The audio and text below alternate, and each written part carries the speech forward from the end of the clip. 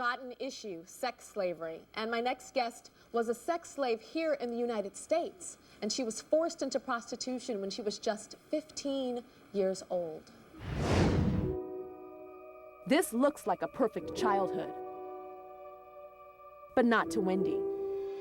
Wendy was sexually abused by a family member. At 15, she ran away from home. On the streets, she met Greg. Wendy thought Greg would change her life. He did, but not for the better. They needed money, and Greg had an idea. Wendy should have sex with other men for money. Wendy wanted Greg to love her, so she did it. Wendy's life as she knew it was over. Wendy was now a prostitute. When I finished, I violently threw up. It felt like my soul. I no longer feel like a human. Now I feel like a prostitute. I wanted to die. For over a decade, Wendy was beaten and abused by the man she loved. Trapped in a world of control and terror, Wendy remained a prisoner as a sex slave. There was no escape for Wendy. Also joining us is Wendy's daughter, Latasha, who we're going to talk to in a moment. But you say that the first time you had to turn that trick, when you were pretty much forced to turn that trick, you felt like you died inside. That's what we just heard you say, that you felt like your soul was gone. Take us back to that day.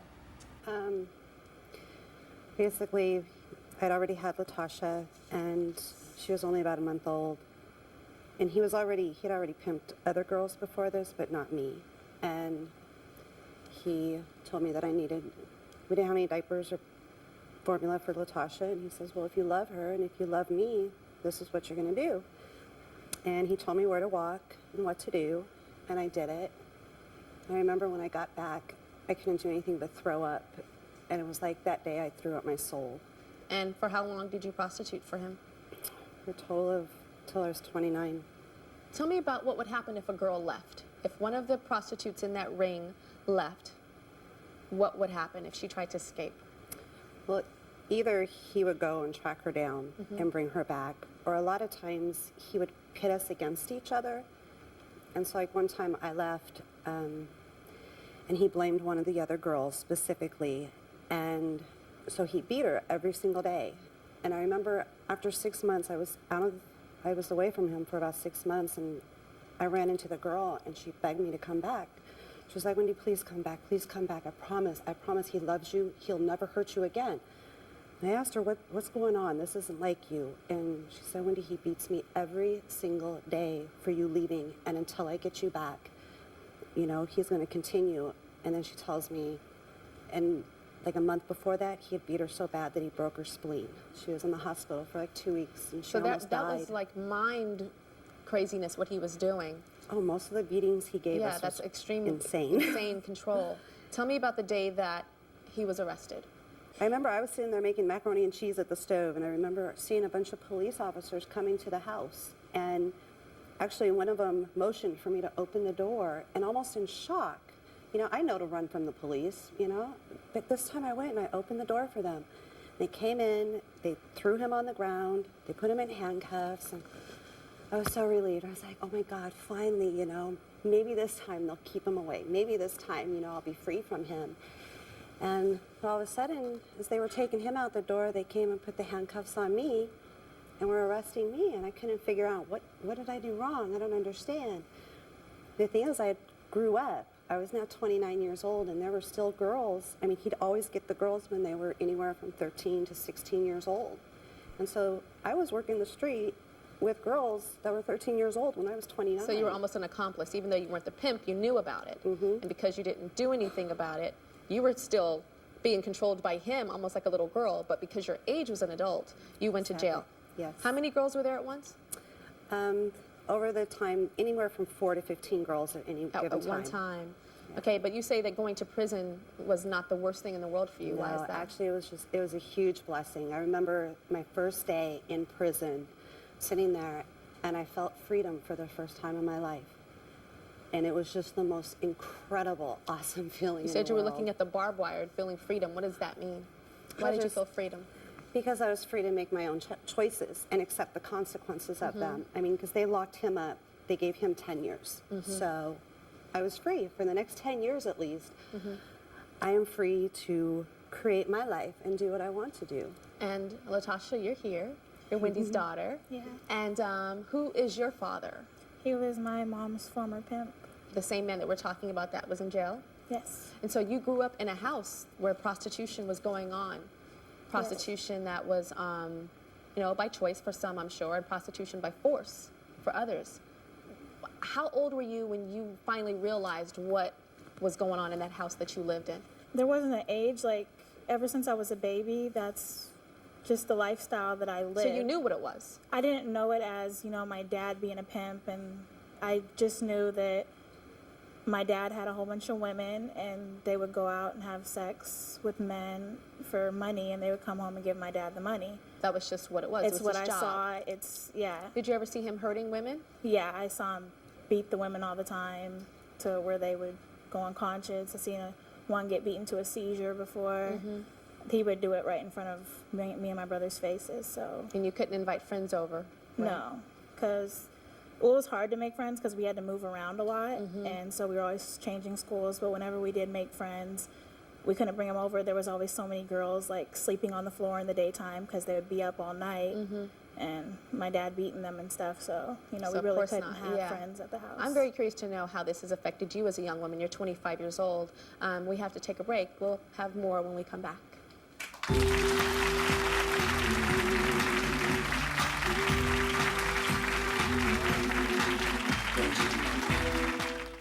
Hey Tyra fans, the Tyra Show has moved to New York. If you're in the New York City area and you want to be a part of my live studio audience, go to tyrashow.com for free tickets. This holiday season, Oh my. Happily Ever After begins. Walt Disney Pictures presents How do I look? You look beautiful. Enchanted, rated PG, now playing. She's got your dimples on. Yes, she does. All your priceless memories from yesterday. Go, Billy, go! From today. Come on, shoot it! Even tomorrow. All super easy to store, share, and edit with your own personal photo studio. The HP Pavilion Slimline S3200T with 100 free Snapfish prints. Other desktops start at $299.99. The computer is personal again.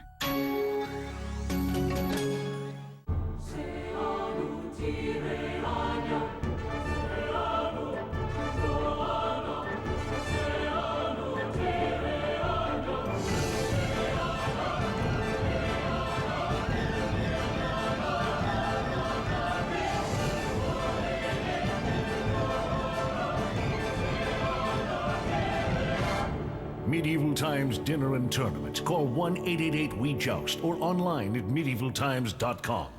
Helping you. Welcome to Checking the Cash. Every day I'm going to help somebody in some way. A little something extra in between paydays when you need it. Everyone gets unexpected surprises. Car breaking down. New brakes. Overdraft fees. It's a safety net for troubled times. It'll be quick, easy, and confidential. If you need some extra money, 10 to 15 minutes, you'll have some cash. That's what Check Into Cash is all about. Check Into Cash is a neighborhood financial convenience center. We can cash your payroll checks, government checks, tax checks. There's a lot of people that use our service for a lot of different reasons. We have ATMs in our location. It's going to save you that trip to the bank. Come into Check Into Cash and I will be glad to help you. We always try to make sure that we go above and beyond what a customer expects out of our services. I love working for Check Into Cash. That's what it's all about. Think of us as your neighborhood financial convenience center. Helping you. It's all we do. Check Into Cash. Get up to $255 by calling the number on your screen. Always use payday advances responsibly.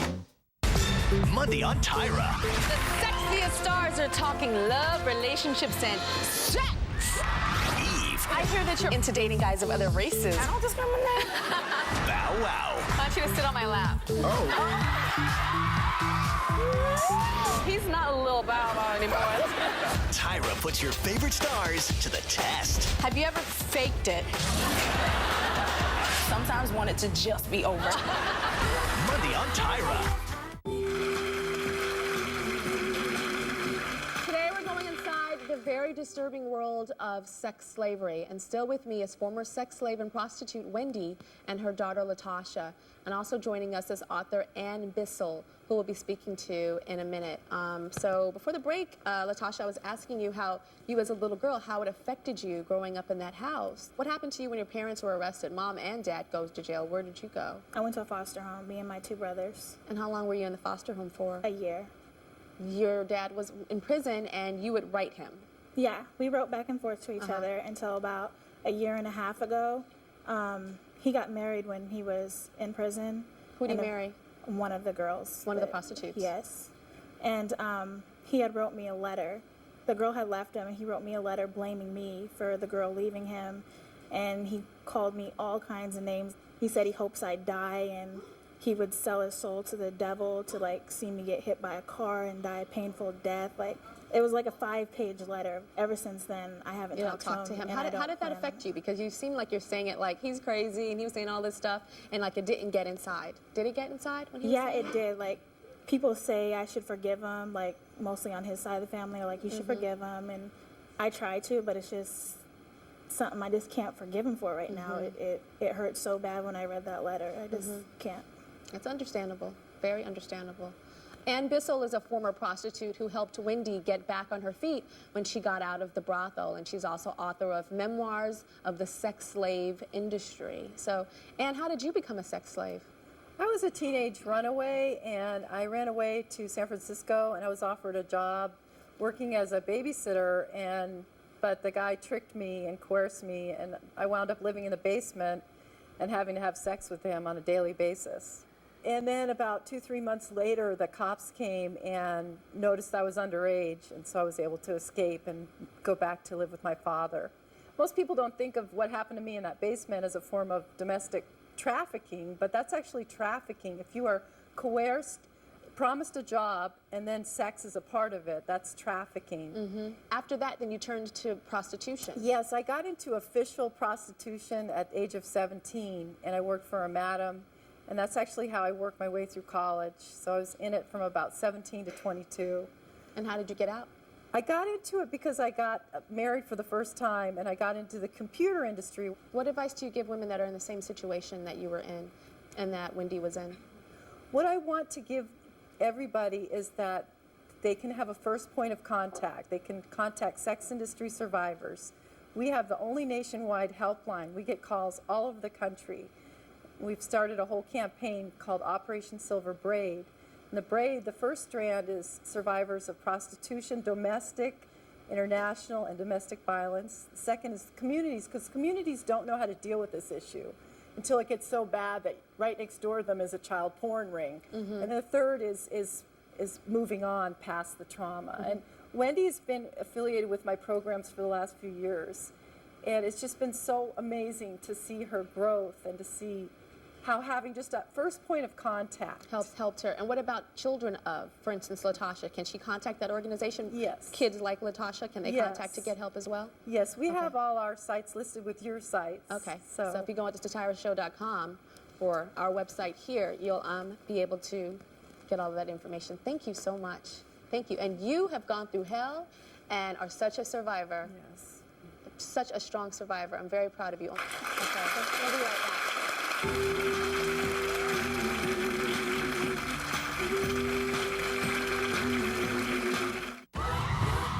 If you'd like to be a guest on The Tyra Show or want to receive personal emails from me that I do write myself, go to our website, TyraShow.com.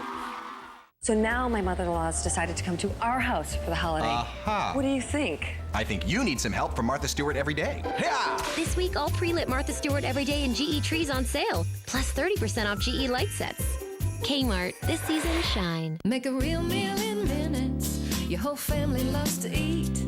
With a cheesy hot casserole, wholesome food is such a treat. Campbell.